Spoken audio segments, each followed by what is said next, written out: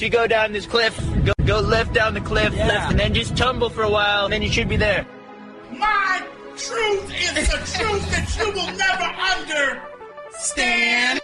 Private ownership is one single individual giving the green light. Doesn't that tell you that your system is more akin to authoritarian dictatorship? In no king, I'm not an autonomous collective. What the heck is a deed? How come he can buy our house when it's our house and we live there? Just when these American citizens needed their rights the most, their government took them away. The rights aren't rights if someone can take them away. They have every man in a straitjacket. To leave a country is like breaking out of jail, and to enter a country is like going through the eye of a needle. I don't know if you've noticed, but our two-party system is a bowl of shit looking in the mirror at itself. Shout out! Revolution! Shout out! Enough is enough!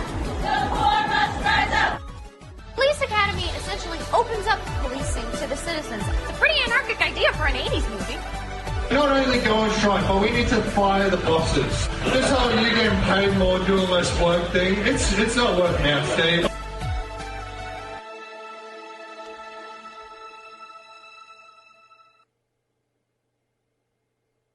Okay, welcome to this live edition of the Three Left Show. I'm your host, Dan Platt. This program covers news, issues, and anything of interest from a radical and revolutionary left perspective for the curious or the committed, promoting a post-capitalist present and future via direct democracy and a commons economy, discussing the means and ends of a multi-tendency left that is of itself and for itself, the meeting point of socialism, anarchism, and ecology. We proudly wave the flags of those three lefts. As I try to find some kind of synthesis of ideas, of strategies, disunited left. And, I actually saw a pretty neat little video that it argued that, like, this left unity thing is always a misnomer because the different tendencies, there are actual legitimate, foundational differences between their frames of thinking and what their goals are, actually. They just happen to be on the same side when it comes to being confrontational to the status quo, capitalist establishment, yada, yada. So there's certainly tactical unity. I've discussed this in the past. Now I'm continuing from, I don't know, was it last week's or the week before last? I did an hour show because I was having some cold symptoms. Still kind of do. Is it just some larger, late allergies because the weather just changed from mild to at least cold at night? Or is it some kind of other thing? I don't know. But I've been achy. But anyway, I'm covering election issues, continuing the second hour of this show, 2-hour show program, will be kind of the gamut of going through all the different electoral reforms and how to go about them in an activist manner, because that is pretty much the only way of getting this stuff done, or even potentially thinking about it, because otherwise you mentioned the need for reform. Even something as simple as making Election Day a holiday, a state holiday, if not a federal one. I'm about to have Veterans Day off tomorrow, and then 2 weeks later is Thanksgiving. What's another one? Maybe move Washington's birthday to Election Day. One of those days that just, what is this? This has no business being a national holiday, or something like that. Is MLK Day a national holiday? I think it depends on what state you're in. I don't know the details. But the point is, we could use more national holidays and even just making Election Day, just moving it actually doesn't have to be a holiday if we move it to Sunday. Just move it to Sunday. No, too much of an ask. Too expensive. Whatever lame excuse is given. It all seems so impossible. Every cycle or so, term limits are brought up for local officials. It never goes anywhere because there's never actually a mass movement demanding it. There's no mass movement for anything. Only activist groups that are professionalized and whatever. I could rant about it. I've covered these topics in other shows. But this program today will focus on last week's elections, not everything, of course, but more of a general kind of look at the different strategies of Dem-entryism, Green Party work, though Green Party stuff will actually be on the back seat, as a lot of the stories in the first half will actually be more of an examination of DSA. It's not overly negative. It's more of a tevya on the one hand, on the other hand, on the one hand, on the other hand, kind of, and then you get a Jewish version of balanced opinion. Although I'm not sure I'll come to any conclusion as far as you, the listener, is concerned. I leave you to make your own conclusion. My conclusion was made a long time ago, probably back in 2014, when I was helping someone run as a Democrat in a primary, and it was just the worst experience of my life. Getting an inside look at the trading and the jockeying for county committeeman seats and what kind of people end up there, or maybe they're all nice in certain ways, but then it's still this machine in some form, where it's just about the money. Is my neighborhood going to get some money? There's no policy, there's no ideology, there's no vision. It's just, or the vision is just, it's jobs, it's just neoliberal looking at things. So I'll be coming back around. A theme of mine from my neuroses, I guess, is my hatred for where the political spectrum is in America. These conservative Democrats are moderate, the center. The liberals are left of center. The capitalists, corporatists, they're actually liberal, and they can even be seen in certain light progressive because they co-sponsored a bill here and there that I may like, but do they actually support it? No. Or when it comes to a vote, then they'll suddenly change their mind. But let's say, if you actually want to expand public property, community ownership, you're a communist, and I can take that label. Okay, I'll wear it. I don't care, because I care about the policy. If you're a socialist in America, that just means you're for social programs and maybe some public-private partnerships that are actually more public than private, or they are some type of non-capitalist ownership, but also still very much within a capitalist market and not circumventing market economics, stuff of monopolies, and so on. Just breaking up monopolies. But see, breaking up monopolies is still very, very helpful to that petty bourgeois, that landowning class, the regional millionaires. They like that. So is it really working class politics? No, it is not. But that's kind of a rant that's in the background. But I'm going to start with, I'm covering some positive stuff as well. All right. It's not going to, I'm actually more sprinkling in the negative than being just critical of any democratic socialist. Because I'm going to cover their kind of victory lap article. And I don't have it logged up right here, the results from the Green Party. So my first story, which would have come if I did the second hour last time, is a part from Current Affairs. This is they're restructuring right now to be a true co-op, or at least have more power sharing between the writers, editorial staff, what have you. And the title is Meet the Democratic Socialist Holding Barack Obama's Old State Senate Seat. So this is a conversation from Nathan Robinson, I believe. It's a conversation with the activist legislator Robert Peters about how a leftist can operate on the inside, how to get your bill signed into law, and how leftists can adopt effective messaging on public safety and violence, which I'll likely skip because I kind of covered that in previous episodes about police abolition, police reform, whatever. This is more about and I've also, I think I've covered it in a strong way in other episodes about, insider-outsider strategy, that if you're an insider, then there needs to be outsider organizations putting pressure on you, and you want that to be there, but I don't see the balance of that.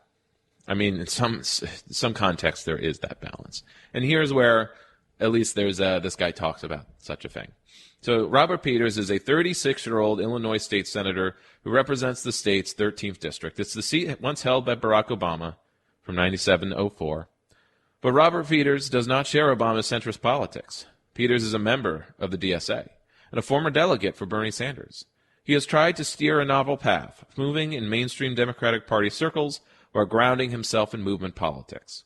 Peters was part of the Coalition to End Money Bond, which earlier this year successfully made Illinois the first state in the country to actually abolish cash bail. I believe New York has become the second, because I know we did that last year as well, with similar results as in Illinois. Positive results, by the way, but also results in that there's this backlash of conservatives. During his first year in office, Peters was the chief co-sponsor of 13 bills that were signed into law, including measures eliminating private detention centers, just basic non-fascist stuff, not being fascist. Providing college students with SNAP benefits, that's good, because otherwise I don't think they would qualify for it.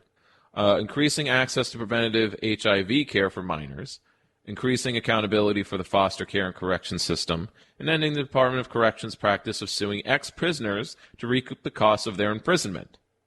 What would they sue them for? Oh, we can only guess, but maybe that's something else to read. But this is all just kind of meat and potatoes, helping people with the little things, kind of where you can. Not systemic change, it's not kind of non-reformist reforms. These are just things that are alleviating the harms of our system, which, if you're in office, it can be said is all you can do. But I disagree, you can do more radical things. For example, marry gay people. Something a Green Mayor did. It was illegal at the time, but he did it. Because you can do illegal things for office. You expect to be sued. You expect to be taken to court for it.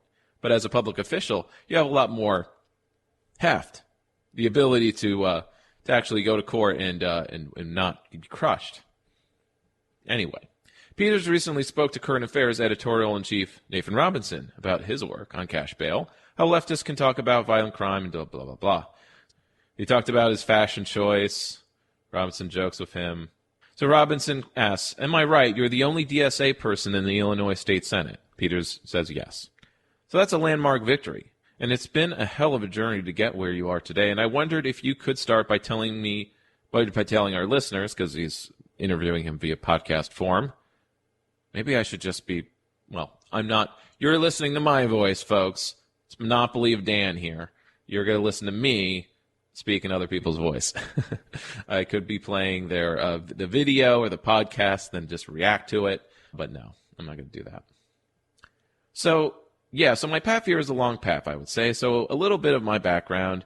I was born during the war on drugs during Reagan's presidency. My biological mom was addicted to drugs. I was forced into adoption, and I was born deaf. So hard of hearing, or small d deaf. I developed a speech impediment, had ADHD. It wasn't the easiest childhood physically. And then, for much of my life, my adopted mom struggled with alcoholism. She struggled with mental health issues. We live in a world where you're not supposed to talk about these things, and you're supposed to go through them on your own. And I was lucky enough to have a community that invited me into their home, a neighbor who had a door open. And so I grew up, was able to have surgery, which helped me with my hearing. It developed my ability to speak with a speech pathologist. I still struggle with ADHD. I still do struggle in that category, especially with anxiety. I can relate. Over the last 30 or 40 years, we told people to pick themselves up by their bootstraps that just don't exist. And for me, the best way to get through life is if we do it together, understanding that you have to treat each other as neighbors on this planet, look out for each other. I was raised in the very politically active Hyde Park in Chicago, my predecessor being the former President Barack Obama, so Hyde Park has a history. Harold Washington lived in Hyde Park. It's just very politically active. After the Great Recession, I couldn't find a job. My mom, before she passed away, had $3,000 of housing debt she shouldn't have had. I was angry. I always knew I was angry about something. Why am I angry? And it was organizing. Some organizers at the People's Lobby that did a really good job of helping me find why I was angry. So I just want to take aside how critical it is that when you organize, to be an activist is also to educate others, to raise their political consciousness. Just by osmosis, just by being around such people, just be being around me. I'll drop little hints of I have a woke opinion. Here's my interpretation. It's something that I culled from years of news watching and reading, 20 books. Oh, yeah, so I was angry. I was angry at a system that clearly had failed my biological mom. It had failed my friends, my neighbors, my adopted mother. It had failed my dad in many ways. My dad was a civil rights lawyer and a criminal defense attorney. He was always taking on the police for police violence. I mean, he's the last line of defense for a lot of people. And it was a false promise that was always said to people. So many people being told that they're going to get a thing that just never seems to come. And so I went into organizing. I worked on a lot of campaigns. I worked in traditional Democratic politics, and then found my voice in terms of a left space and organized around that. So I don't know what he meant by a left space, but a left space within the Democratic Party. So I think that's what he meant, the Bernie Sanders movement. But he helped start the End Money Bond Coalition, fought to increase the minimum wage, fought to tax corporations and the wealthy. And then I was lucky enough to be appointed to be a state senator. So I want to make that's a critical point in this interview for me, that he wasn't elected, he was appointed, and he understands this. He's very conscious of the implication of that he's a DSA member. Like, I think that is what he is. Like, he isn't a DSA endorsed Democrat because he's progressive enough, or he endorses, or he is for social programs and things like that. No, it is that he is a DSA type of person, a Bernie Sanders, a Bernie-crat, who was appointed because he was, and he will explain, friends with the right dude. So it's a system where, and you probably hear this, and you probably hear it too much, and you recognize it too much if you actually have a somewhat okay job, that it's not what you know, it's who you know. What you know is somewhat important, but it's not, it's what you know, it's who you know. That reference sheet, when applying for jobs, is critical. And if it doesn't have the right name on it, or the right type of name on it, or the right type of reference on it, if you don't have that reference, if you can ever get that kind of reference, you have to work in an entirely different field to get that reference, you're not getting hired. And that goes for political office, too. That's what it feels like. Unless you really have the grassroots campaign built over 10 years, a movement, you have to be appointed by a friend. You have a reference. And it's weird that he can do all of this DSA stuff, the Bernie-crat stuff, but he had the right relationship. And this could be kind of well, that's how it is, and that's how it works, and that's what you should do if you want to be effective. I'm like, that's not the way it should be. We should be actively not doing that. At least that's my cup of tea. Because I don't want to perpetuate that. Because the world where you have to know the right person is the world we live in, and it's a world of depredation and poverty, at least for a third of the people. And we're all downly mobile because of it. Because there's just fewer and fewer right people to know. Until eventually, you need to know the right person just to get the clean drinking water. That's where this leads. The dystopia. So anyway, Robinson says, I didn't ask for your entire life story. I do realize that the question was, tell me everything that has happened to you up until now. It was a very unfair way to begin. So anyway, Peters, so my two predecessors are the former president and the current Attorney General of State, Kamani Raul. So I feel absolutely no expectations here. Yeah, the pressure's off. I mean, it's weird. I sort of thrive better that way. When you have ADHD and anxiety, sadly, because of the way the world works, you develop a process where you feel like you're always under pressure. In college, I would wait to write a paper until 10 o'clock the night before, and then I would just go at it, and then it was maybe not the best grammatically written paper, but I think it was the big work that helped me get through college. I would take a full week to write something, and I would basically be doing, 3 hours a night or something like that. I would proofread incessantly, but still have many errors because I didn't really have a proofreader. I think that's something that I think colleges try to provide, but it's not like right there at the front door. Like, here is the proofreading station. Submit your paper, and tomorrow we'll proofread it, but and we'll check it if you. There's softwares that are attempting to do that, I guess, and that's what spell check is supposed to do, but it's not really. You need a human's eyes to be able to interpret whether you've written something that feels like a good sentence, that is aesthetically a good sentence. So, did you say you were appointed to office? How did that work? So I have a close relationship with the county board president and the head of the Cook County Democratic Party, Tony Preckwinkle. What a name. I was able to get appointed by the Democratic committeeman when Kamani Raul became Attorney General. And some people ask me, how does that work? And I would say, I don't know if I could tell you that you can mimic my path to governing power. You know, I have 2 rounds of civil disobedience. I was a Bernie delegate twice, and I have a close relationship to Democratic Party politics, and I fundamentally believe the system is broken. Then why does he participate in it? Okay. I don't know, but, well, he does good, right? Contradictions abound in all activism. I'll admit that. I don't know if I can say to somebody else, you should do it exactly how I did it. Well, you can't. We all can't do that. Just like how everyone can't be a millionaire. Someone actually has to do the work of making value that gets extracted. You can't everyone just can't be house flipping and stock trading, because who's making the value that makes the stock go up in value? Sorry.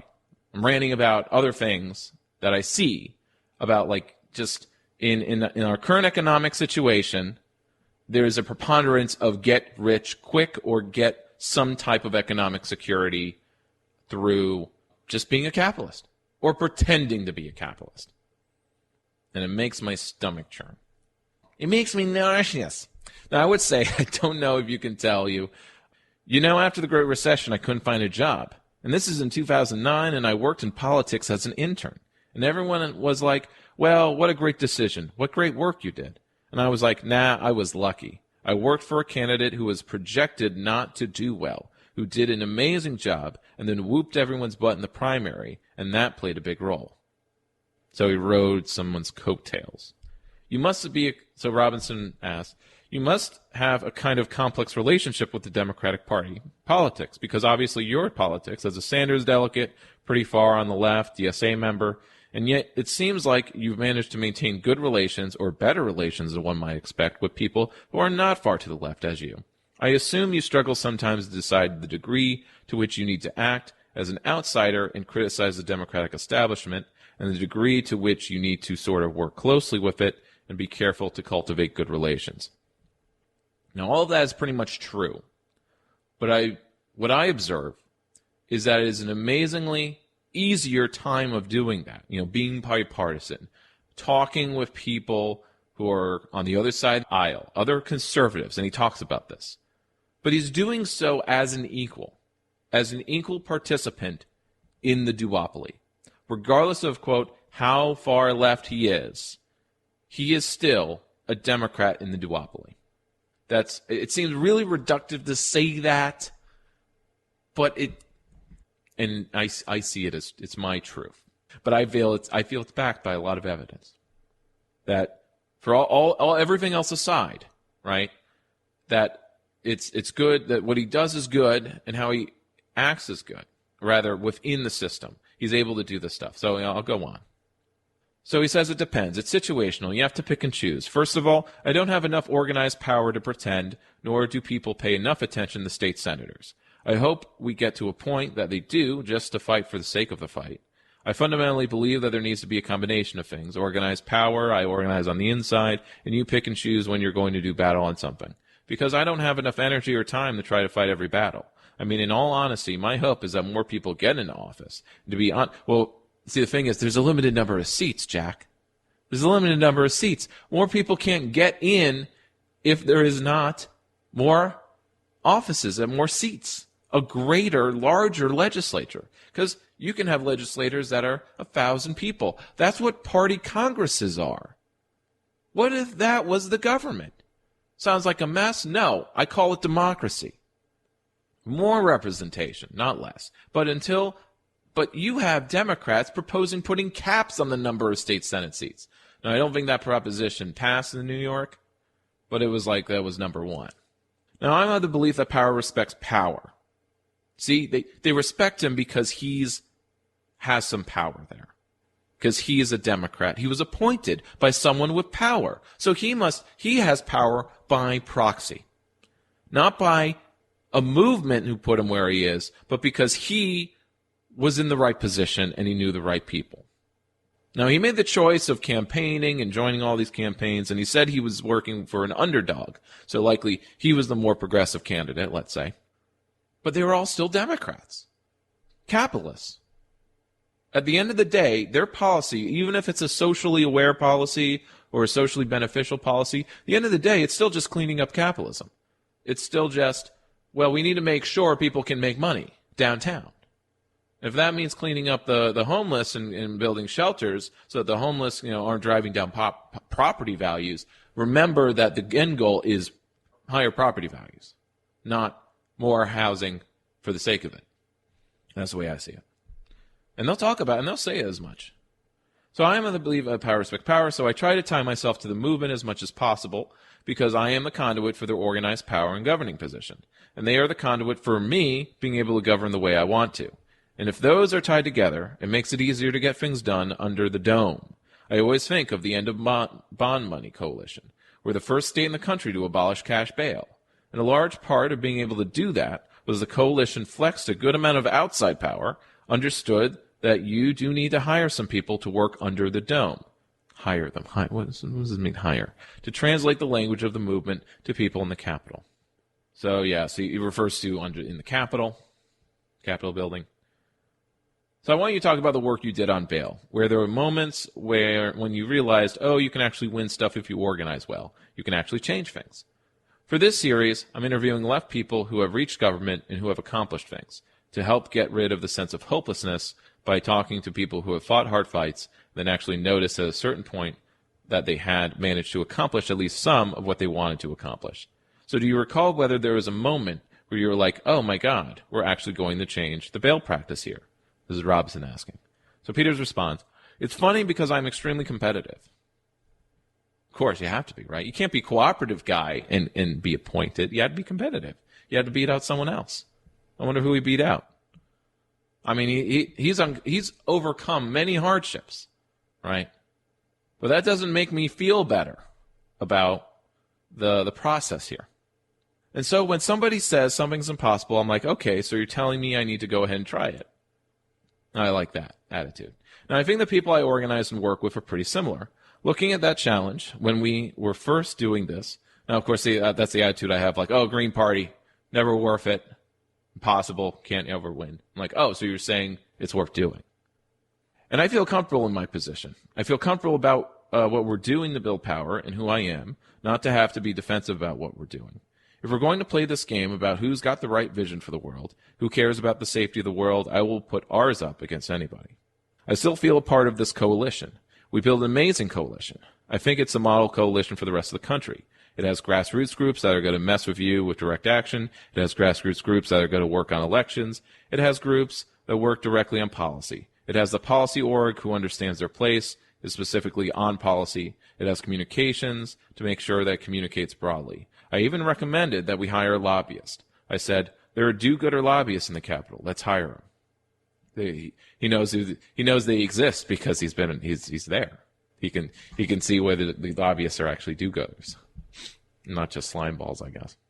But we brought in an amazing set of people who work inside the Capitol, so combining all of that. I think that for all of us, yes, we were nervous, anxious, and thought this is going to take forever to get done, but we were so committed to making this happen. The coalition is such a model to the point where the lead public defender of Cook County comes from the coalition, Sharon Mike Mitchell. And they've gotten me into becoming a state senator. I always say, I come from the coalition, and the two of us are doing amazing work in governing power because of this coalition. Now, he's absolutely right about that. You're not going to gain power of any kind, even grassroots, anarchistic power, without a coalition. And until I start seeing like collectives and anarchist cells actually forming like some large body, I don't take it seriously. Because where's the coalition? Where's the anarchist coalition? Where's the mutual aid coalition? What form would that take? What would their goals be?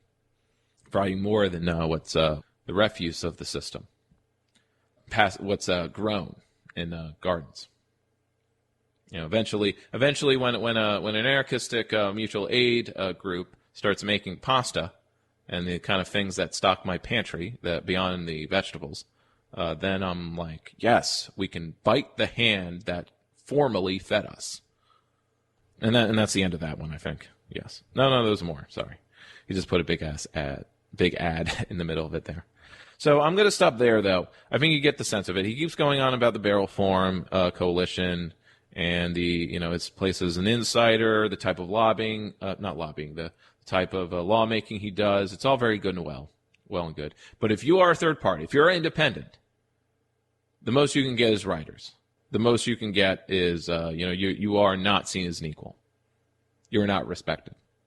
Sanders, always an outsider, has only found respect by, he says he's found respect, but really, he's best friends with Biden. He's best friends with the very people that treat him like dirt and trample his political aspirations and those of those he represents, which is quite a sizable amount of people.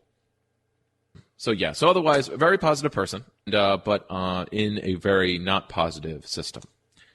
This podcast is really more about system change than tinkering with bail reform, but it is very positive. And of course, the historical argument, of course, now on the other hand, big changes are made up of many small changes. And if you do enough changes over, decade by decade, you have transformed the system. Although this has kind of been the mantra since the 60s, and the more things change, the more they stay the same. In some ways, a thought I just had, if you're not aware of the concept of future shock, it's where you get really confused or you get psychologically damaged by things changing too fast.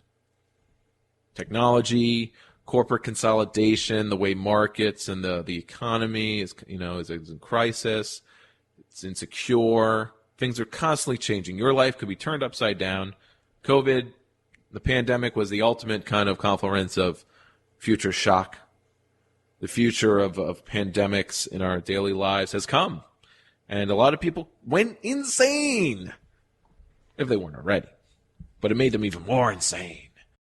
It's so crazy. But anyway, future shock. Its victims are everywhere. And I relate this to how local government would be, or all government really, since future shock became a force in our lives, postmodern times, since the 60s, that government has been amazingly conservative. That its main raison d'etre, its reason, its mission, is to maintain stability in an ever-quickening, changing world. I kind of get that sense that, there's this continuity that things like governments can't change things too fast. They say this over and over and over and over and over. And this comes to mind in the current conversation about COP24, about a certain quote that I'll mine. Every few years, the powers that be at these international climate conferences or what have you, and it doesn't have to be environmental issues or climate change. It could be any issue, really. They say, we will do X in 20 years. It'll be in 10 years, we'll build out railroads, or we'll fix the traffic problem, or we'll end deforestation. But they've been saying it every year since I was born and before I was born. If they were going to do it, they could do it next year. They don't have to wait till 2050 to cut emissions. We can cut emissions now. But it will be a big change. And we don't like big changes. Things change so much already, we can barely contain it. No, the government is the only institution, because it's sort of, even though, of course, it is in a way a capitalist institution, it somehow is resistant enough through politics and movements to be a counter to say, no, it doesn't have to change incessantly like our social media feeds, like the marketplace. That it can be the only thing that, in fact, where things change slowly, if at all. And that there's an argument made that the government shouldn't change things. It's not put this way. But you get the sense what I'm getting at, I hope. And so it's a victory when things don't change in a local government way, that the reform wasn't passed, that things did not change, or if they do, they have to be done in a way where you're not rocking the boat, or you're not making waves or affecting anything else. Sorry, that's what I'm getting to, that you're not affecting anything else. You actually it has to be an improvement that actually doesn't impact anything else. It can only impact the one thing. So it has to be small enough or tinker enough or it has to be just like a little increase in funding. That way, we can ensure there will be no unintended consequences, because that's what really messed up the liberal order. That's what brought an end to the New Deal. There are unintended consequences. Unintended consequences to ending segregation, to ending slavery. They were done too fast. It should have been phased in over 50 years, right? Like the just transition, like the Green New Deal. It has to be done over 50 years. It's the only way. If we do it too fast, we'll get basically an industrialist backlash, and we'll have to fight a civil war. The only way to avoid civil war is if we take 50 years to do the thing, to end deforestation, to end the exploitation of the earth on a mass scale, to end the sixth mass extinction. It's madness. Let me bring it back to local elections. So here's the good news from the DSA front. Last week, so this is Jacobin. Sometimes they publish things like I read them last week about communist victory, and then they'll speak of how, what a great socialist victory it is that Democrats were elected, but certain types. So here it is. Last week's elections actually gave leftists plenty to cheer. By Branko Mekaric. From any on the left, last week's elections came like a gut punch. But zoom out beyond the high-profile races cable news pundits fixated on, and Tuesday saw many significant victories for left-wing candidates and policies. Well, yes, they're not fascists. But depending on who you ask, if you ask an ML, they're like, actually liberals are fascists.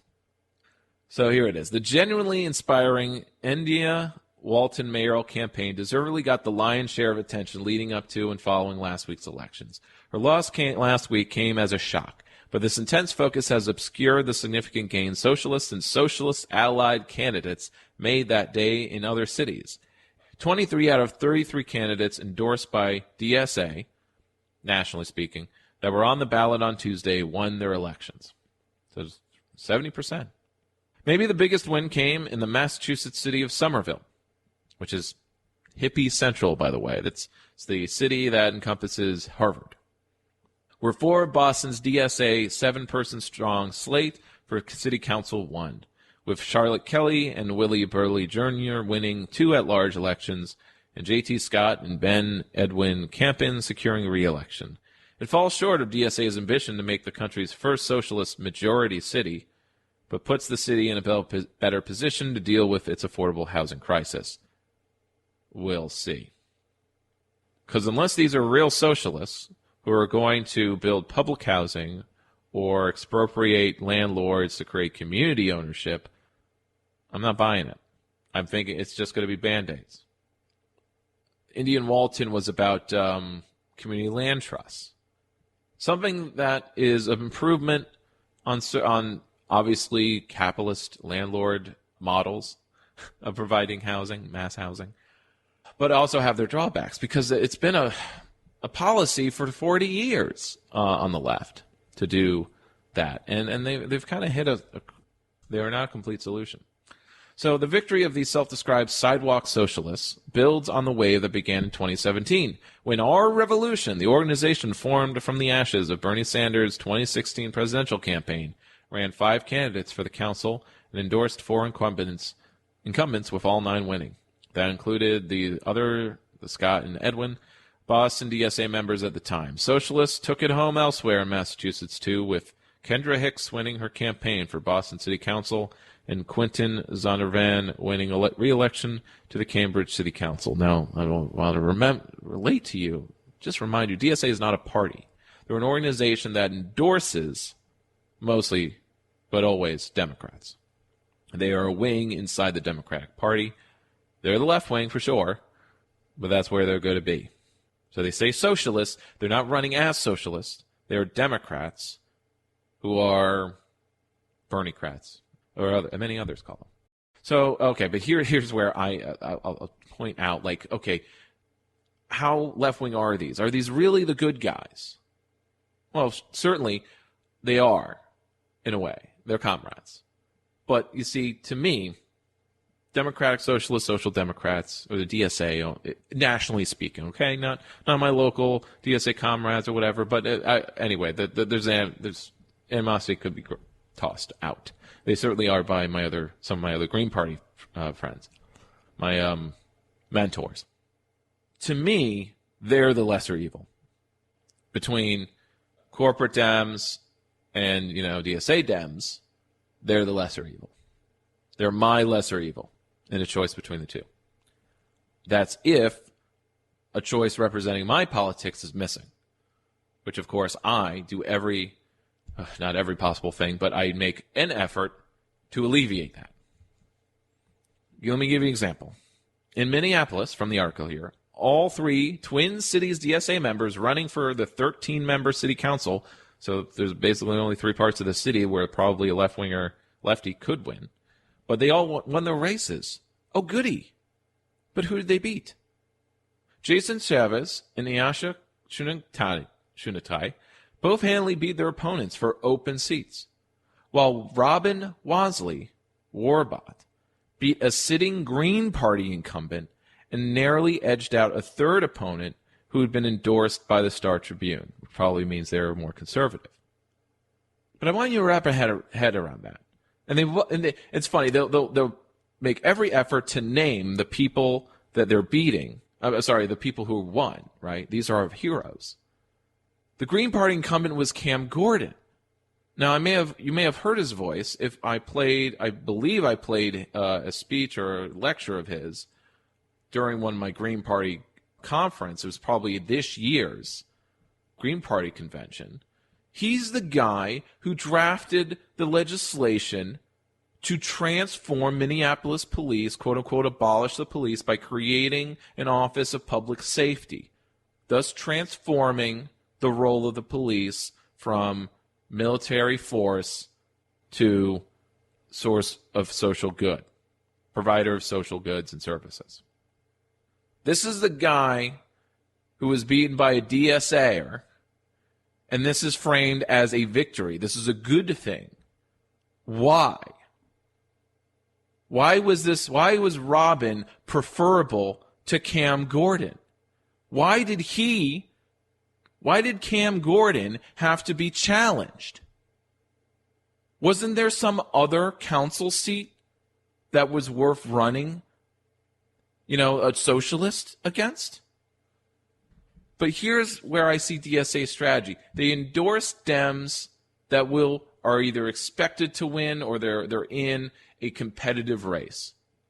It's very similar to the pattern where public debates will only occur between candidates that are usually major parties or if it's some kind of competitive race. So there's more to read, but I'm going to stop there because that's where my mind just stops. But there's a lot more here, okay? So if you want to read about the successes of progressive progressives in this last election, if you're feeling down, check it out. It's very positive, very optimistic. But I don't find any comfort in saying we beat a Green. That's where I tune out because it's Cam Gordon, the guy who was pushing to abolish the police, that's a good thing. That he was beaten. He was the incumbent. And this happens too much. This is not the only time this happens. Now, sometimes the Green Party person is the more center left. This is absolutely the case, and I think this actually occurred in Minneapolis between where you had an actual socialist candidate who was more left, and then you Green who was less left. And maybe Cam Gordon isn't identified as a socialist because he's an old school guy, he's an old hippie, and he doesn't have that kind of label on him. I don't care about that. He's a radical in my view. You listen to him. But anyway. But he's not in the org, and that's where it just becomes partisanship, doesn't it? Where's the tactical unity? Yeah, right. I only have a little bit left in this hour, so how about we go to a quick overview of what happened in the Buffalo mayor's race, how socialist India Walton was stopped by Democratic Party establishment and Republicans. This is where it becomes, look, you can run in the machine. And this is what I really don't like. It. Now, it is a case that it doesn't matter what platform you're in, whether you're third party, independent, or running in a primary. Overall, there's an issue with the mindset that we're able to win because turnout's low. Because there's a lower turnout in primaries, that's where we can win. We win the primary, and then it's like automatically we're in and we can win the incumbency. We can win the general. Well, this didn't happen to India Walton. Identified socialist. I can call her a socialist. So anyway, here's a quick thing that epitomizes that the enemy is the duopoly, and if you're fighting the duopoly, you need to fight the duopoly on our own terms, not theirs. So anyway, Buffalo. But of course, the point is, whether you're a third party or you run in the primary, if you're actually gunning for something like a mayorship or an actual seat that you're not being appointed to by a Democratic commissioner, like the other guy, you're going to get smacked down. It doesn't matter at this stage. It doesn't matter.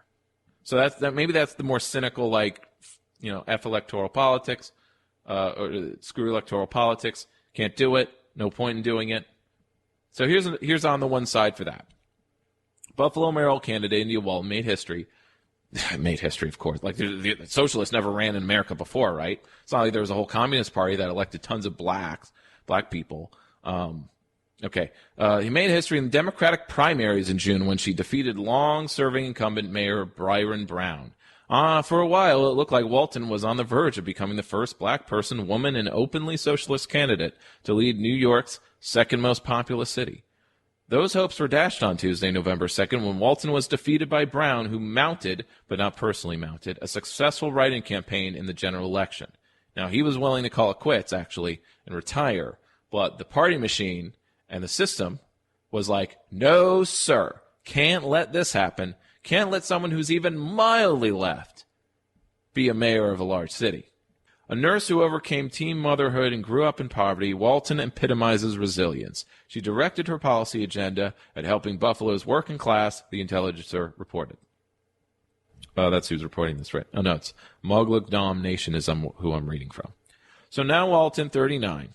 Her supporters, fellow progressives, and some political pundits who watched the race unfold are calling foul on how Brown achieved his victory. They accused Brown and the Democratic establishment of railroading Walton by being more willing to make alliances with racist, sexist Republicans than support the nominee city party members voted for. There's nothing to cry foul about.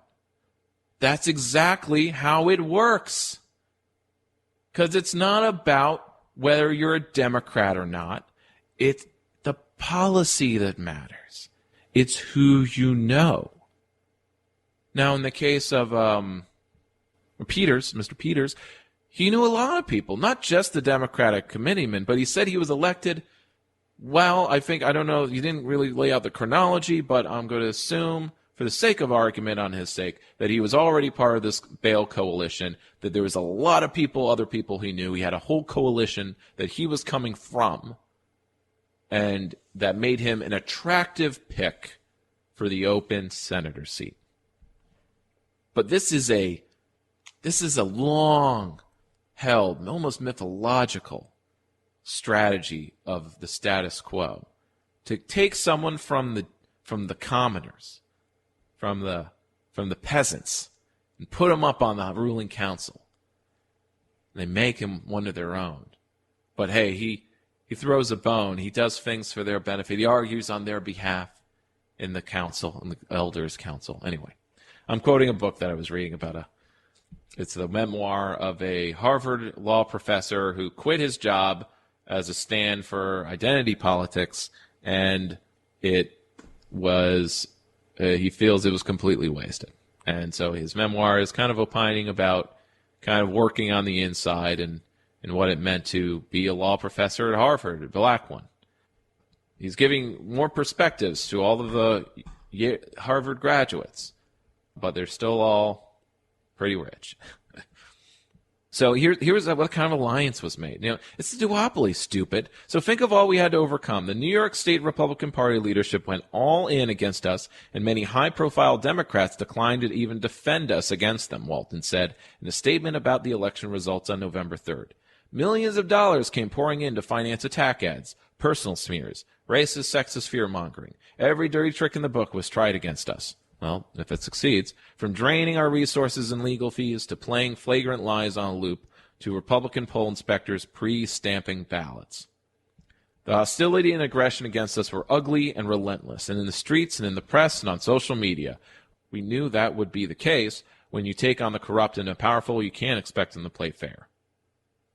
So why did you? Oh, okay. But, hey, high ground, right?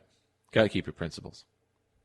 While some centrist Democrats dismiss the accusations as sour grapes, there are people outside of Walton's immediate camp that agree with her. When you pull a stunt like this, somebody wins a primary, a working-class woman, and you go to every rich donor in both parties to fund a write-in campaign, it's a disgrace, said Larry Cohen, chair of the Bernie Sanders-aligned group, Our Revolution. The second time they've come up. Instead of conceding this after his primary loss, Brown allied himself with Republicans and overt supporters of former President Trump, including real estate developer Carl Palladino, who's come under fire for his racist remarks, according to the New Republic. A little history lesson in the last minute. Palladino actually ran for governor before Trump ran for president. It was like in 2015 or something of that nature. Palladino ran. Palladino is kind of the Trump of Buffalo. He did this stunt where he had a bat, and he's like, I'm going to bring the bat to Albany and smash the corruption. But he's just a big, fat, smelly real estate developer. He's like Trump, very much like Trump. In June, Brown said he did not seek, nor I will accept in any form, Palladino's support, but he reversed course for his write-in campaign. He also received an infusion of cash from other Republican donors who believed his attack ads. Fact-checkers have deemed many of Brown's ads to include lies about India Walton. Republican supporters weren't the only ones working against Walton, according to those who watched the race closely. Let's see, Elizabeth Warren. Yes, Democrats in her own state either endorsed her late in the election or outright refused to do so, even referring to the saviors of progressive Democrats. Warren, Sanders, AOC, late endorsements or no endorsement. So all the other Democrats didn't endorse her. She might as well have been running as a Green. Which is just kind of that to me that just kind of goes to show, like, you can play in their game and play by their rules, but they're still gonna screw you. Okay. So that's it for this hour. Next hour, it's Hawkins' time. But it's mostly just his well-researched paper outlining all the different ways we can fix this situation. You probably have some of the pieces already in your head, but I'm going to outlay them all at once for the sake of kind of having a holistic picture. Hello. I'm Cam Gordon. I'm sorry I can't be with you today, but I just wanted to send you a message of support and goodwill from Minneapolis, Minnesota, where I've been serving on the Minneapolis City Council now for the past 14 years, representing the Green Party in our city government. And I just want you to know that getting organized at the local level, running for office, and getting elected can make a big difference in your community. It's really important, the work that we're doing. When I ran back in 2005, I ran on the 4 pillars of the Green Party, and I've ever since been using those in office to help guide governance, and I think we've made a big difference. We've actually had Greens on the Minneapolis City Council since 2001 and in the Park Board, which is also elected here in Minneapolis since 2001. And by using our values of social and economic justice, grassroots democracy, nonviolence, and ecological wisdom, we've shown that we can make this a better city for everybody. I've tried to look through the lens of those values for every decision that I make in City Hall. And we've seen enormous progress because it turns out those values are popular with the voters that I represent and with the people in the city, and so then other elected officials latch onto those. Using the value of grassroots democracy, we've been able to make ranked choice voting the way we elect our city government here in the city of Minneapolis, and that includes at-large seats for the park board that are elected proportionally. And we've done that successfully year after year and opened up our system here. Using social and economic justice to guide us, we've been able to raise the minimum wage here in the city of Minneapolis, and we've also established a racial equity action plan trying to address what are some of the worst disparities in any city in the country, in racial disparities that we have in the city of Minneapolis. It wasn't easy, but we did that work. Using nonviolence, we were able to create a division of violence prevention. We've been able to move programs forward, working through hospitals, co-responders in our police department, so that we can address the issue of violence from a public health perspective, which has been key and which has been very, very, very important. And using the value of ecological wisdom, we created a very strong climate action plan in our city. We now have a clean energy partnership with our utility companies after a failed effort to take over them, but that's still something that could be done in the future. But we also were able to develop a green zones program so that we can bring resources to the communities that need them most, who've been subjected to environmental injustice for decades in the city of Minneapolis. And we now have clean energy goals to phase out of the use of fossil fuels in our city, and people are latching on to those ideas, and they're becoming more and more popular. I also wanted to talk about one of the biggest struggles that we're in right now in Minneapolis, and I'm sure people have heard about the focal point with the police murder of George Floyd, that tragic death, and then everything that has resulted. We have a new opportunity in our city, and we're looking at what we can do to change significantly from top to bottom and transform even the way we approach community safety, public safety, and policing in the city of Minneapolis. We're moving forward now with a charter amendment that we've tried charter amendments in the past to deal with this problem, but now I think we have the best hope, where we will actually remove the police department from our charter and replace it with a Department of Community Safety and Violence Prevention. We're going to work hard at developing police oversight mechanisms in the meantime while we push that charter amendment forward onto the ballot. We passed a historic resolution, I think unanimously by the City Council, saying we're going to engage in a year-long community process where we're going to help everybody reimagine what public safety can be like, and we're going to listen to one another so we can understand, well, some people might think the system of paramilitary policing that we've had so far works for them. It doesn't work for everybody in our city, and it has resulted in tragedy time and time again in the city of Minneapolis. In order for us to do that, though, we're really going to need the help of everybody in the city, and also voices from outside the city to help guide us in this new direction. I believe that Minneapolis has an opportunity to be a model for other cities and into the future about how we can rethink, redo, recreate, and rebuild public safety, destroy the institutionalized racism that is in our criminal justice system, certainly at the city level, and we can offer a new pathway forward. Okay, and we're back into the second hour. Yeah, so basically left off there at the right thing. So let's go through what the election results for the Greens were like. Just a quick little for your own knowledge. There were 17 victories. 17 Greens were elected. That brings up the total since 1985 to 1,289 elected Greens. They were mostly all in the Northeast, where we actually kind of have our quote-unquote, most active state parties, or at least the most left-wing ones. There was one person in Michigan who won, but most others were Northeast. With two major victories, at least city council seats, being in Portland, Maine. Oh, and the other one, one was in Portland, and the other one was Lewiston, which is the second largest city in Maine. This is because, I think statewide, I don't know if it goes local, they have ranked choice ballots. So, it helps. It helps. Another was a town board in Lansing, New York, some school boards, some board of appeals, and judge of elections, which I guess is their version of, it's in Pittsburgh, and another in Reading, Pennsylvania. So I guess in Pennsylvania, I guess they don't have a centralized board of elections that, determines the official. They actually have elected people that judge the election, who are auditors, perhaps. I don't know. Pennsylvania is one of those states that were just amazingly difficult to have a good presidential count. But that could be why inspired some Greens to run for these seats, so they weren't just stacked with duopoly stooges and party machine hacks. So let's get into the brass tacks, and probably for the whole hour. The paper, long-form article, published by Counterpunch, probably the only place that will publish Howie Hawkins in full. Former Green Party, current last Green Party presidential candidate that nobody knew about, because nobody wanted people to know about him, even those on the quote-unquote left.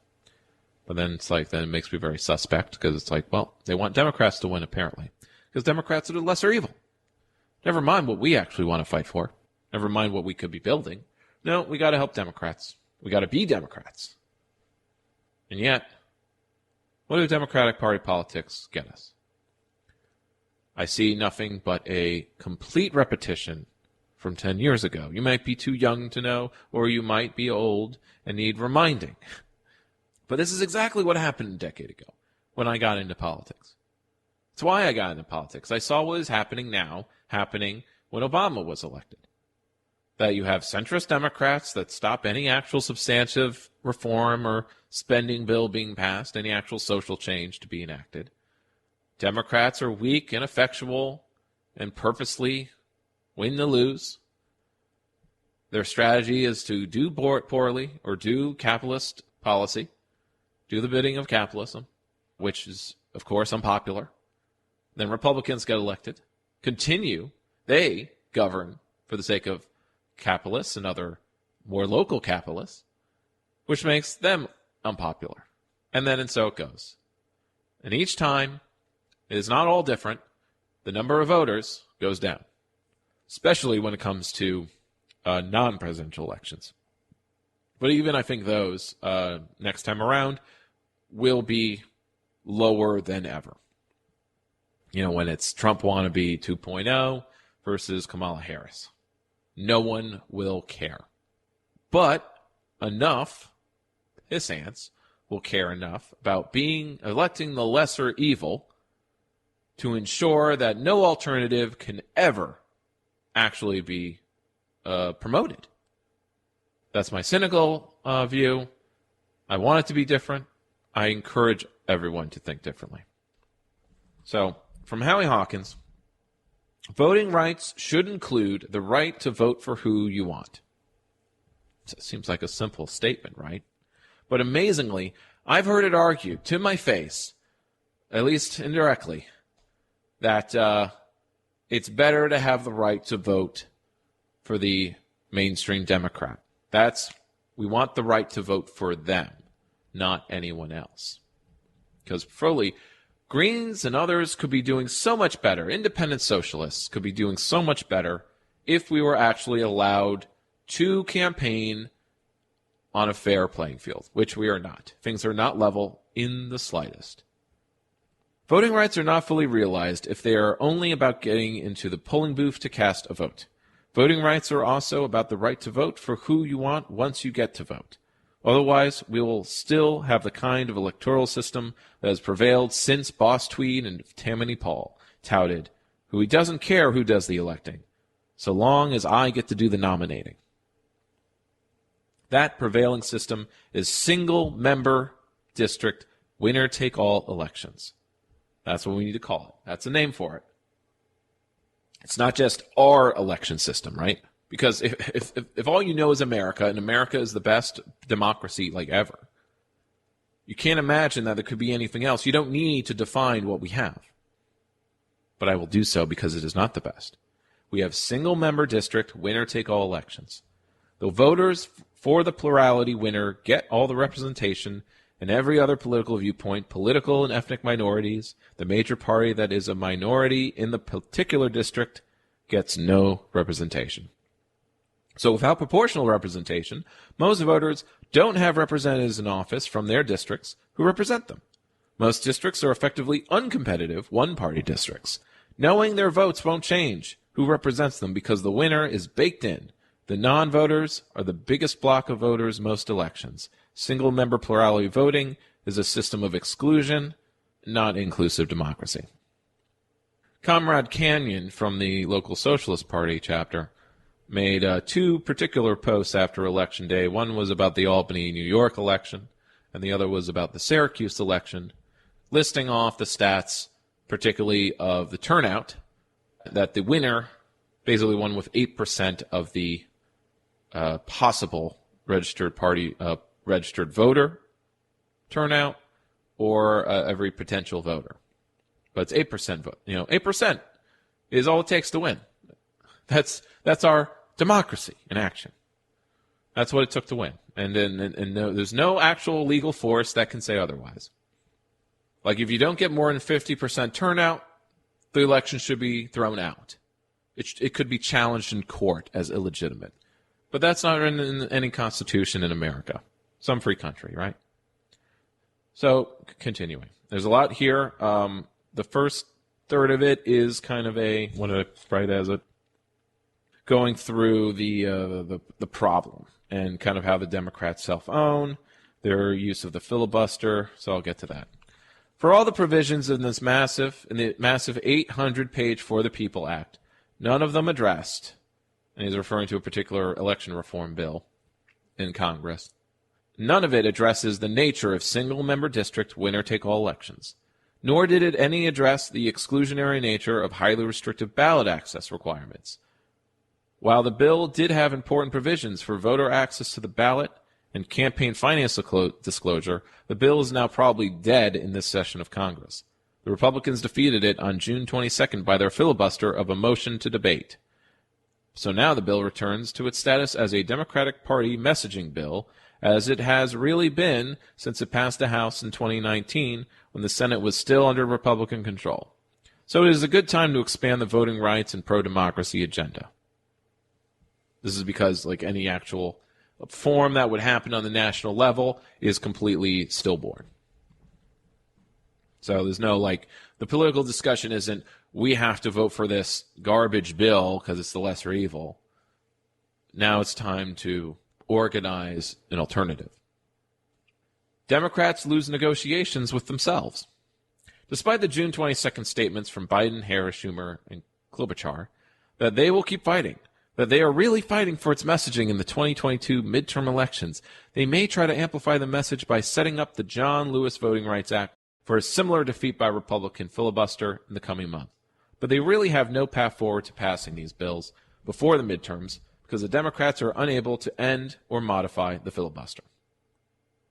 Probably heard this discussion before about the filibuster and how, and you'll have even progressive voices saying, hey, if we get rid of the filibuster, then the Republicans won't have to do it. They won't have it either. We can't use it against them. Well, if Democrats are actually able to pass the people's agenda, they won't have to worry about Republicans having a majority again. If you actually expressed your power, used it to reform things, they would never have power again, not in the same way. They wouldn't have no majority. But of course, what kind of power usage are we talking about? The radical kind, the revolutionary kind, the kind that we will cover, but Democrats will never do. So anyway, Republicans are using the filibuster as their openly white supremacist forebears used it to undermine voting rights for black people. They are echoing racist states' rights sloganeering going back to pro-slavery John Calhoun and all his segregationist Dixiecrat descendants, even though the Elections Clause of the U.S. Constitution, that's Article 1, Section 4, Clause 1, plainly gives Congress the right to regulate federal elections administered by the states. Democrats can't blame the Republicans because they are far from united against the filibuster themselves. At any time, they could use their 51 votes, 50 Democratic senators plus the tiebreaker, Vice President Harris, to repeal the cloture rule that enables the filibuster. But they could have suspended the cloture rule just for the People Act 22nd in order to move to the floor in a final vote.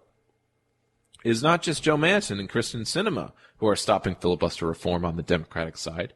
These two senators are fronting publicly for the dozen or so Democratic senators who quietly support the filibuster, including, in names, August King of Maine, Maggie Hansen, Janine Shaheen of New Hampshire, Pat Leahy of Vermont, Jack Reed of Rhode Island, Thomas Carper and Christopher Coons of Delaware, Mark Warner of Virginia, John Tester of Montana, Mark Kelly of Arizona, and Dianne Feinstein of California.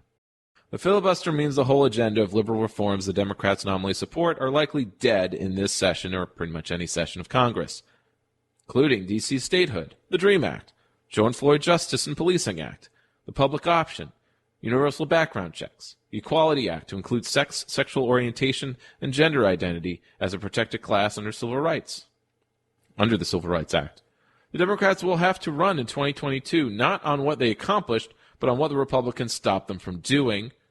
Sound familiar? This is exactly what 2012 was. But on what not 2012, 2010. That's what 2010 was. But again, but that I think it could be any year, really. It could be 2012. It could be 2016. Like, hey, we're running on what Republicans stopped us from doing. And then when they have some majority, oh, look at that. There's these two moderate senators, Sinema and Manchin, and we got to negotiate with them, guys. Good luck with that, particularly as pundits note that the Democrats failed in their negotiations with themselves on the filibuster before they ever got to Republican obstructions.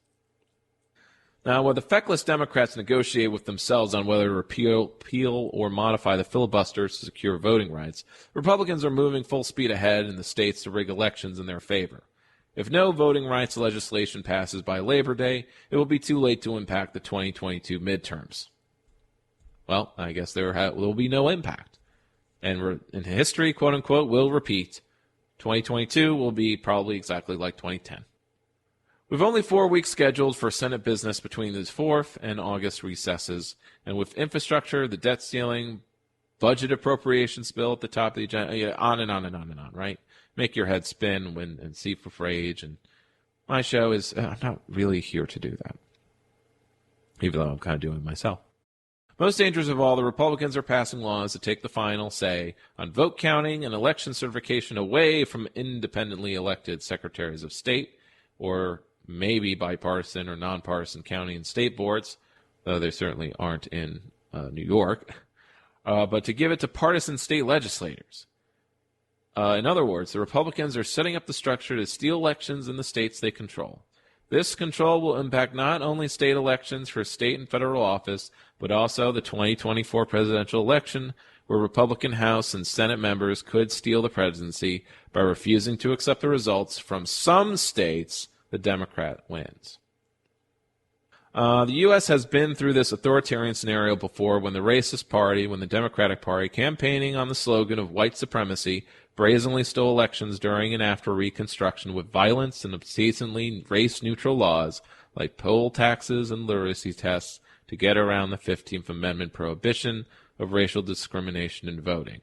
Now, that was after the Civil War. So if we're drawing some historical parallel, this is going to just keep going. And let's see. What happened after the Reconstruction era was you have populist movements, sort of third-party runs, but they weren't really cohesive at all.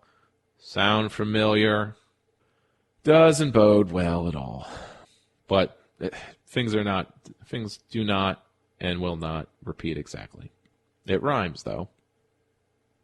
Tracking by the Brennan Center for Justice is documenting the scale and scope of today's Republican-sponsored voter suppression laws in states as well. Now, as Howie Hawkins has said over and over, Republicans do voter suppression, Democrats do party suppression. Toward the end of the Reconstruction era, something very significant happened. That is what is known as the populist movement. The leaders of this movement began awakening the poor white masses and the former Negro slaves to the fact that they were being fleeced by the emerging Bourbon interests. Not only that, but they began uniting black and white masses into a voting bloc that threatened to drive the Bourbon interests from the command posts of political power in the South. To meet this threat, the Southern aristocracy began immediately to engineer this development of a segregated society, and thus the building of statues to cement their ideological, it's called the nadir of black rights. Thus, the threat of the free exercise of the ballot by the Negro, well, he's the Negro, he's the black people, and white masses alike resulted in the establishment of a segregated society. They segregated Southern money from the poor whites. They segregated Southern Moors from the rich whites. They segregated Southern churches from Christianity. They segregated Southern minds from honest thinking. And they segregated blacks from everything. That's what happened when the black and white masses of the South threatened to unite and build a better society. What today most prevents the kind of class-based multiracial movement that the populists tried to build is the exclusionary winner-take-all electoral system. Most progressive policies have majoritarian support, but they do not translate into public policy because the winner-take-all electoral system denies most people representatives who actually support those policies. Republican voter suppression and election tampering make the problem worse.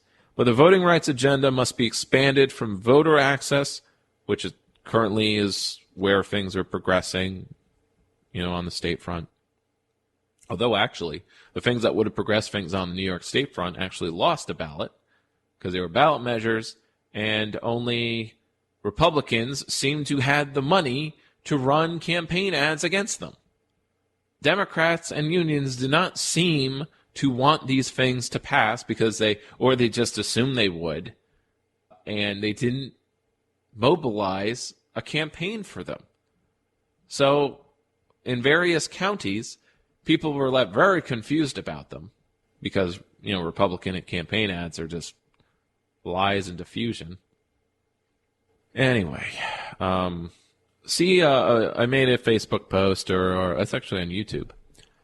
Check my YouTube channel for my live stream where I explain the New York State ballot initiatives. Expand voting rights in the okay. So that's a little history lesson, and a little and kind of what's the problem. Especially when it comes to electoral politics, let's put aside all anarchistic arguments against electioneering altogether. I did a whole episode on that now 3 years ago. I think I just called it Our Elections Worth It. Check out that one if you just want the entire counter argument to all of this. Well, it's not an argument. None of this is an argument for electioneering and voting. It's actually an argument. Everything I've been talking about this time is more the argument that none of it is worth doing until we first build a kind of democracy movement to make the elections worth doing. But many lefties, or enough lefties, or at least it's kind of dominant almost, that it's not worth doing. Even if it were fixed, it's not worth doing. It's worth doing this other stuff only, unionization or whatever. Like, you can unionize all you want. Unless you're able to take government power, the military is going to come in and break your strike. That's what happened in the 1920s. You had certain progressives elected to office, but at the time, no socialists. And by the time there were socialists elected, the union movement had already, for the most part, sold out. There was a labor aristocracy, there were union bosses, and it was entrenched power itself, and it wasn't militant anymore. So the militant groups were left to get picked off by the Red Scare, and unions kicked the Reds out, as it were. And then suddenly, things went awry for workers. Who could predict that? So anyway, here is the laundry list, the shopping list. Expand the voting rights and pro-democracy agenda. The agenda. Democracy agenda. Voters are denied the right to vote for representatives of their own choosing by 7 features of the prevailing U.S. electoral system. So this is actually the list of problems. The absence of a right to vote in the Constitution. It may surprise you to know that, yes, there is no right to vote in the U.S. Constitution. There is an absence of a right to nonpartisan vote counting. That's something that has to be, done on a local or state level. It's there, but it's not a guaranteed right. That means it can be rolled back. Unreasonably difficult ballot access for independent candidates and any other minor party. Winner-take-all plurality elections that deny representation to all political viewpoints except a plurality. Of course, considering it's 8% of plurality. Not in certain local races, I can tell you.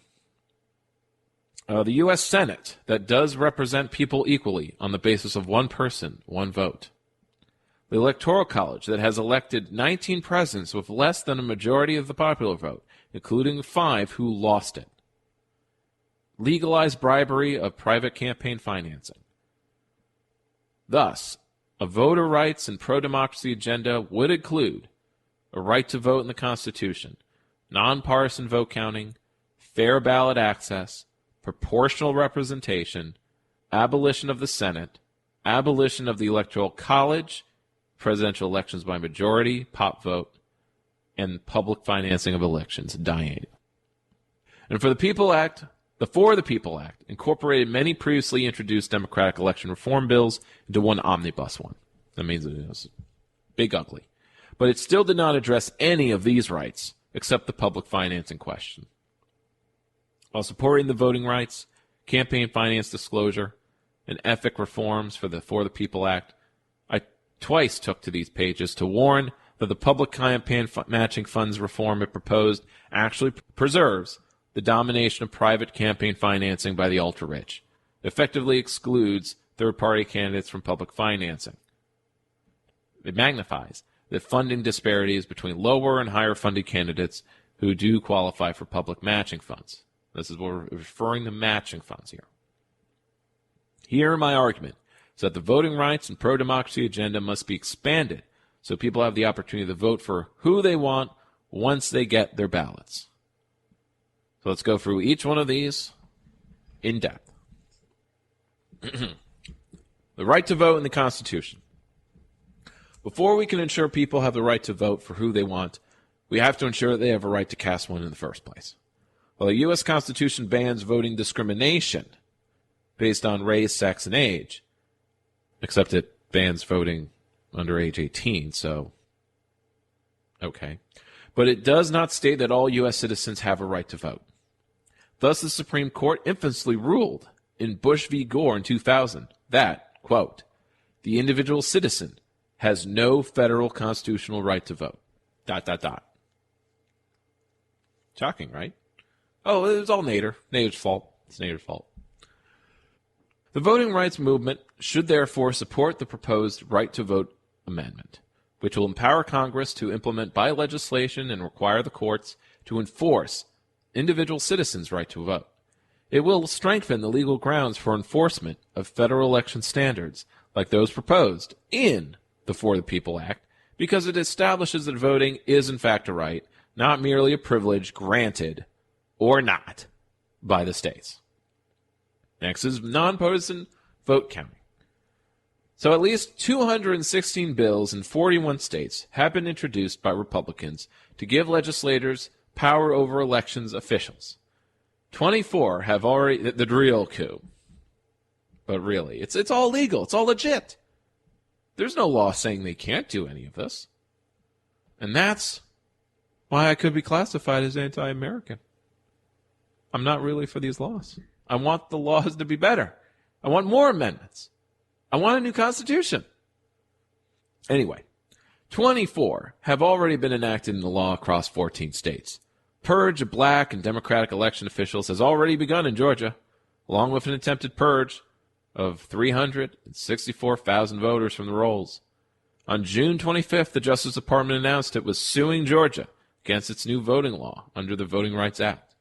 With the Voting Rights Act gutted by the 2013 Shelby County versus Holder decision that eliminated the Section 5 plea clearance provision that requires the Justice Department approval to changes in election law in states with a history of race-based voting, this lawsuit aims to prove racial discriminatory intent as well as effect under Section 2. Since it will likely take years for this case to be adjudicated, go for the courts, the restrictive Georgia laws will remain in effect at least through the 2022 midterms. And the damage will be done.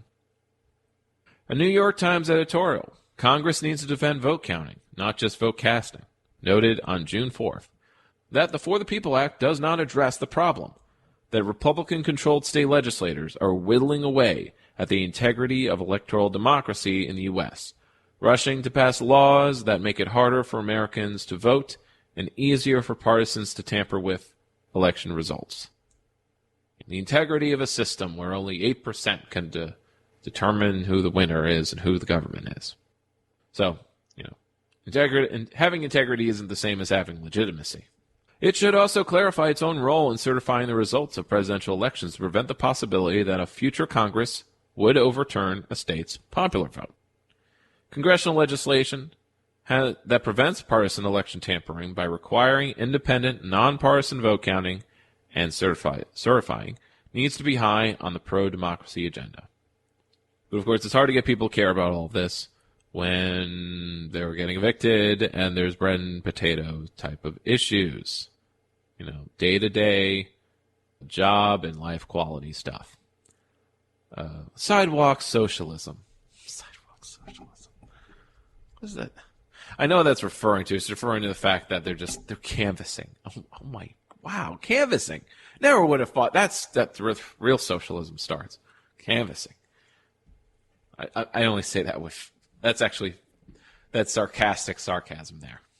Ironic sarcasm. I'm not really being sarcastic. I do believe that.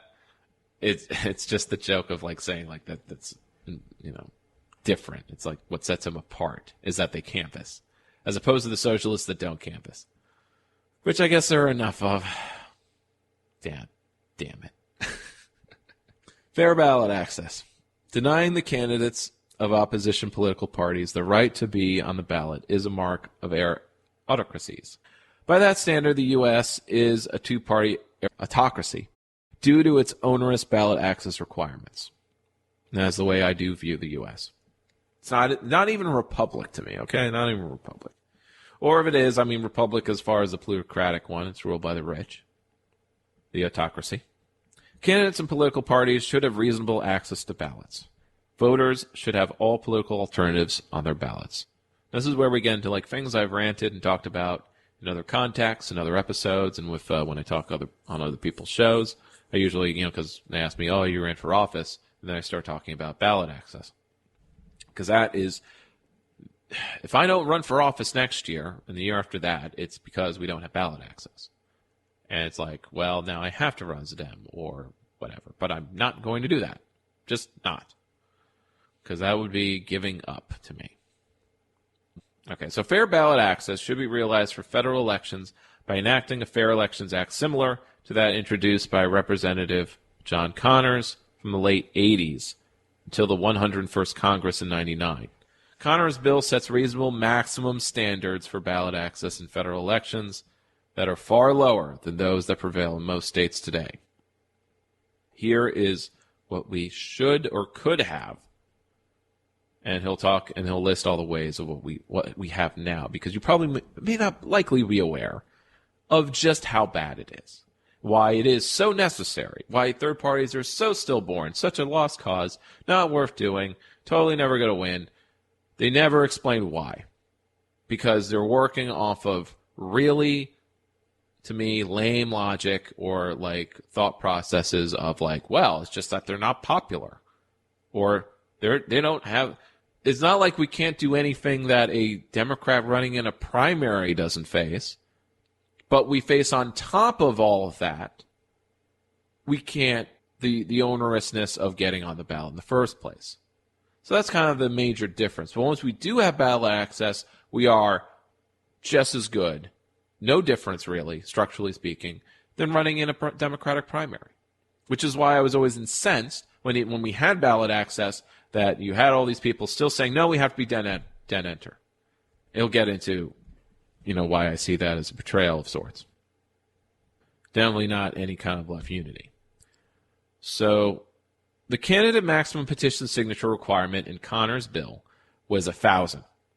And that's for federal office. And it should be. That should be the height, 1,000. Or signatures of 0.1% of votes for the office in the previous election, whichever is greater. A collection period between 270 and 60 days before the election, which is a much longer amount of time. Now the collection period is 40 days at most. Sometimes I think of it as a month, but it's more a month and a half, month and 2 weeks. And you're supposed to collect not 1,000 signatures, but 10,000 signatures. Applying the candidate petition maximum to the average House vote in 2020 of about 350,000, a petition of 0.1% of those voters would be 350 signatures, which means that in most House districts, the 1,000 signature maximum would apply. Applying the party vote threshold to the presidential votes in 2020, a party would qualify for the state's ballot in about half the states with 20,000 votes and less than that in other states. These are far lower ballot access thresholds than now prevail in most states. Without this kind of fair ballot access legislation for federal elections, independent and minor party candidates will remain systematically excluded from ballots in federal elections by petitioning requirements that are far more onerous in the U.S. than in almost every other electoral democracy in the world. For example, this is where I get really, really, really pissed. Or I start to cry. Whatever comes first. To run as an independent for the House of Commons in the UK, it takes 10 signatures. It takes 10 signatures for the Lok Sabha, India's lower house of parliament. In New Zealand, it takes 2 signatures to run as an independent for its unicameral, that means one house, parliament. It takes 50 for Australia's House of Reps, 100 for Canada's, or 50 in the more rural ones. For Germany's parliament, the Bundestag, it takes 200 signatures to run as an independent. But to run as an independent or new party candidate for the House of Reps, House of Reppin in the U.S., it takes thousands or tens of thousands of petition signatures in most states to get placed on the ballot. In California, it takes 2,000. And by the way, he's going from lowest to highest. 2,000 is the lowest. It's 3,500 in New York, 5,000 in Ohio, 7,500 in North Carolina. It's only going higher, folks. 10,400 in Florida, over 15,000 in Arizona and Illinois, over 20,000 in Georgia and Oklahoma, over 30,000 in Alabama, and over 40,000 in Indiana. This is probably magnitudes more that will actually vote for Congress, for the congressperson. To run for president as an independent or new party candidate or a third party candidate, it takes over 860,000 signatures that have to be submitted through a gauntlet of 50 states as well as D.C., each with their own requirements for petition forms, for who counts as a qualified circulator and signer. They have their own different starting and finishing deadlines, different filing fees, and more. In the absence of a federal fair ballot access law, third parties are fighting the major parties for ballot state by state in the legislature and the courts. Richard Winger's Ballot Access News is indispensable for following these ballot access fights. The Democrats have taken aim at the Green Party in New York and Nevada. The law is so here's where it's like, okay, Dan, why aren't you more rah-rah for the DSA? Why aren't the Greens and the DSA friendly? Why aren't they collaborating? They're both electoral groups endorsing candidates and such. Well, I explained in the first hour that they ran against Cam Gordon in Minneapolis and beat a Green, and that's a good thing. And that happens. It's not the first time that's happened. Here's where it's like, this is where it's like, it doesn't feel like we're on the same side. So as far as social policy and the actual, the platform, it's very similar. It's almost the same. We're comrades, anti-capitalist, and the system, fight the system. But when it comes to strategy, we're enemies. Let me go into why. At least in New York. The Democrats have taken aim at the Green Party in New York and Nevada. In a law attached to the state budget during the COVID lockdown in 2020, New York Democrats tripled the vote required to maintain ballot status and tripled the signatures required to get back on the ballot. It was high before. The Green Party came up short on votes in 2020. No surprise there, right? Even though we didn't do too well, if they hadn't been raised, we would have had enough. I want to say that much. So now we will have to collect 45,000, and I say we because I'm including myself. We'll have to collect 45,000 signatures in 42 days next year to get back on the ballot. And that's just to run a gubernatorial candidate, and they have to get 150,000 votes to then get 4-year ballot access. Because it's not permanent. It's not even permanent. You know, in other countries, it would be for decades. You know, it would be like, oh, now you're a party for X amount of years. You know, no, it's just for the next cycle until the next governor election. Then you have to do it all over again. Because it's just assumed that you're going to be popular enough to keep meeting the threshold. And for 3 terms, 3 cycles, we did. With Hawkins as our candidate. So anyway, continuing. One of the most difficult standards in the nation. That's in New York. In Nevada last month, the Democrats ran through, and again, I want to repeat, this is the Democrats doing this. Okay? They ran through a new law to increase ballot petitioning requirements on a party-line vote. As Richard Winger notes in his June issue of Ballot Access News, the true motive for the bill is to block the Green Party from getting back on the ballot. It is a sad commentary on progressive Democrats. The Nevada members of the DSA won the leadership positions of the Nevada Democratic Party in March. So they succeeded. The Bernie-crats won. They took over the Democrats in Nevada. But they raised no objection last month as the former state chair they defeated, Senator Roberta Lang, ushered through the restrictive ballot access bill on behalf of the old Harry Reid machine.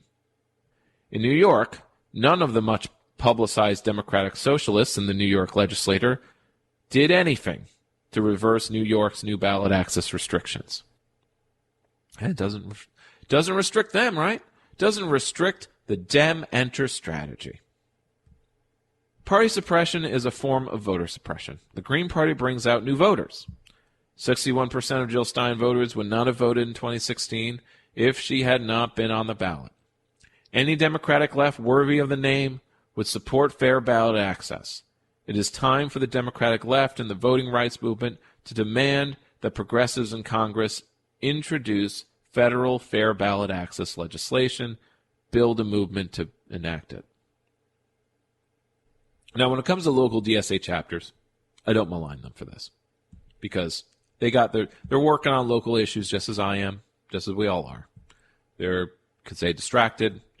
It's low priority. And that's their only defense is that fighting against what the party machine does is just too much. They can't fight every battle. It's like the Democratic senator in Illinois said, Mr. Peters.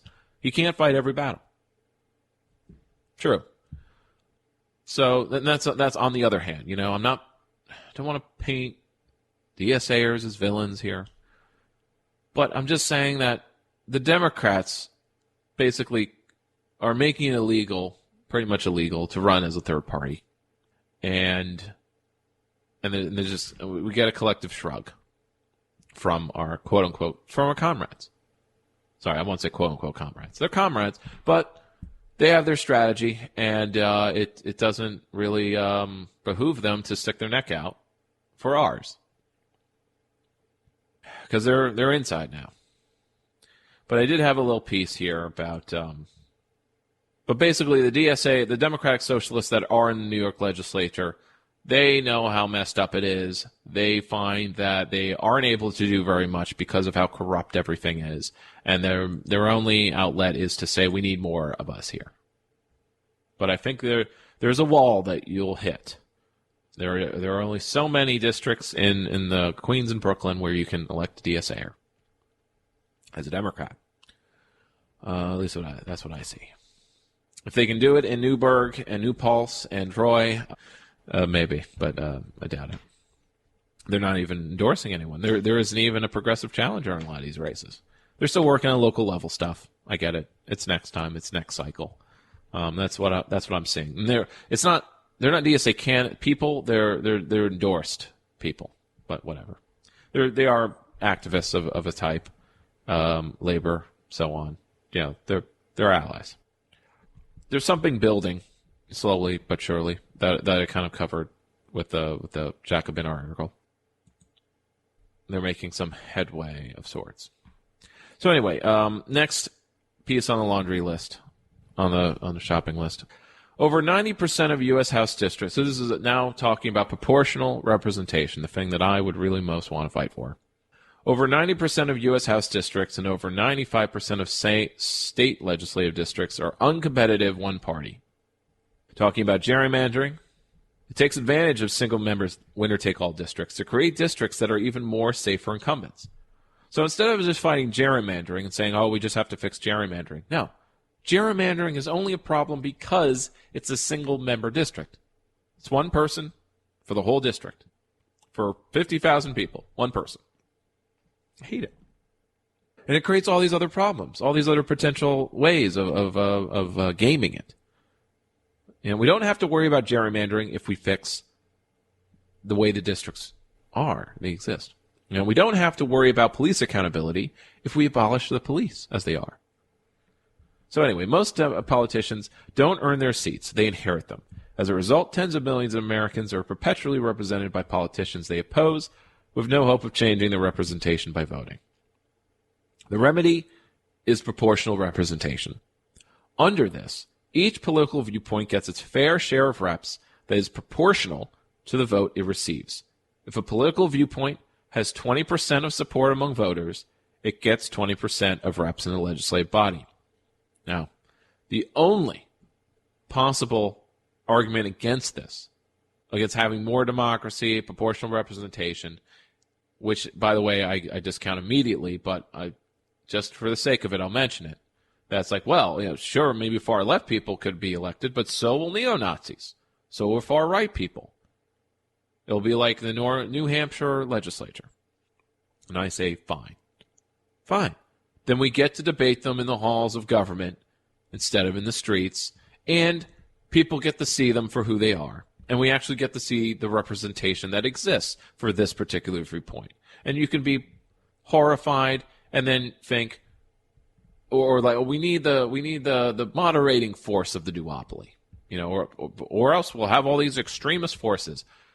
Well, I want to point out that politics in Europe has a lot of proportional representation, and you may notice that there are still two large parties that are center-left and center-right.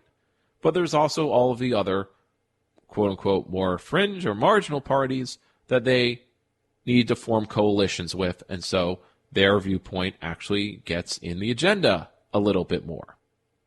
It's better. It's not great. It's not anarchy, but it's better. But better, by anarchy I mean direct democracy, and that's where it becomes like a choice of like, okay, we can build this movement to fix electoral democracy, or we can build a movement for participatory democracy, for completely ignoring electioneering and building our local assemblies with union power, and they become the alternative government. Now. But what I like about that decision is that I don't see those two strategies as being exclusive or eventually being enemies of each other. We're doing one cancels the other out, which is what I see with insider Democrat interest stuff versus third-party stuff. Cancel each other out. At least what I see is Dem-enter Dems, DSAers, Democratic Socialists, they get elected, and their success cancels out any potential for independent electoral politics, because either the energy goes with them, or because it's there, the status quo, the actual party machine, gets to ban third parties or restrict voting access, and there's really nothing they can do about it because they're fighting their own fights inside the party. But it's just crazy that in Nevada, the Bernie-crats they actually took over the party apparatus, and they still didn't lift a finger. And I was reading about their ascendancy to doing that, when they were setting out to do that. And I was shaking my head then. I'm like, I don't know if this is going to have a good outcome. Now, not just for being a third-party person, but just, will this lead to progressive politics in Nevada? Green New Deal in Nevada? Okay. So the right to fair and proportional representation in the House of Reps can be realized by enacting a Fair Representation Act, a bill that requires the members of the House be elected by a ranked choice voting system and proportional reps based on multi-member districts. So that's the real shift from going to a single rep district to having multiple reps, to having you have your congressional district and there's multiple people that are representing it. Means that yes, you're expanding the amount of people in Congress. That's a good thing. With ranked choice proportional representation, no votes are wasted on losers if the voters' choices are fully ranked. That means like there's a threshold. Every vote counts toward electing a fair share of representation for one's viewpoint. Thus, gerrymandering is eliminated. Redistricting can game single-member winner take all district lines, but not for multi-member districts using ranked choice voting, because every viewpoint gets its proportional share. You can repeat that a lot, I guess. It goes through ranked choice voting. I'm sure you might be aware of that. It gives another history point of view that this was done during the Progressive era in 24 American cities, including Boulder, Cambridge, Cincinnati, Cleveland, New York City, Sacramento, Toledo, Worcester, and Yonkers. By giving political and ethnic minorities their fair and proportional share of representation, this type of voting created multi-party, multiracial municipal democracies. What happened to them? Well, they were repealed systematically during the McCarthy era, with its anti-communist crusade against the election of independent labor, socialist, and communist candidates, and a white backlash against the election of black candidates in a post-war civil rights movement. This is while it was rising. RVCV is now enjoying a revival. 51 local jurisdictions in 2 states, including Alaska and Maine, have adopted 51 local jurisdictions have adopted at least ranked choice voting, and there are ranked choice voting campaigns in almost every state.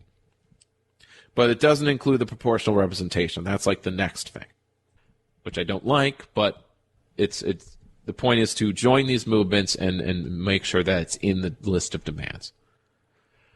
Okay, so the last 2 things is abolishing the Senate and abolishing Electoral College. I think you've heard arguments for that every election day or every time there's a presidential election, so I don't need to go into that.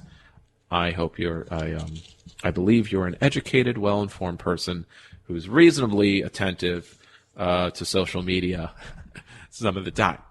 So otherwise, reached the end of the show. My profound thanks for listening, which is a skill as important as talking. So I plan to listen to any constructive feedback, ideas for the show, stories or topics you'd like to hear discussed. Send social media, Facebook. Send any of this feedback, or even just a message, which I received one, by the way, so thank you. But I did get a well-wish message, and I love it. And she sent me a piece of music that slaps, and I'll incorporate it into my log of music tracks I use eventually. And then I also met a listener at the Climate March Saturday. She thought I only did this show once a month, but I didn't follow up with a question of where are you listening to it.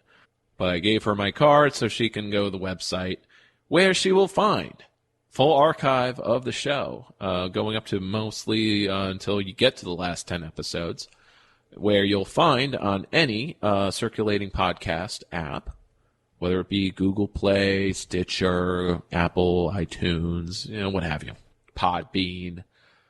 This show is a program, part of an independent community radio station, which I encourage you to support materially. But if you want to support me individually, I have a Patreon and LibrePay account. So go to 3 Lefts on Patreon or LibrePay, which is a nonprofit version of Patreon. So, of course, the best thing to do is put your ideas, thinking, and projects talked about and practice yourself. Join a movement for democracy, whether it be electoral, direct, any kind is better than not.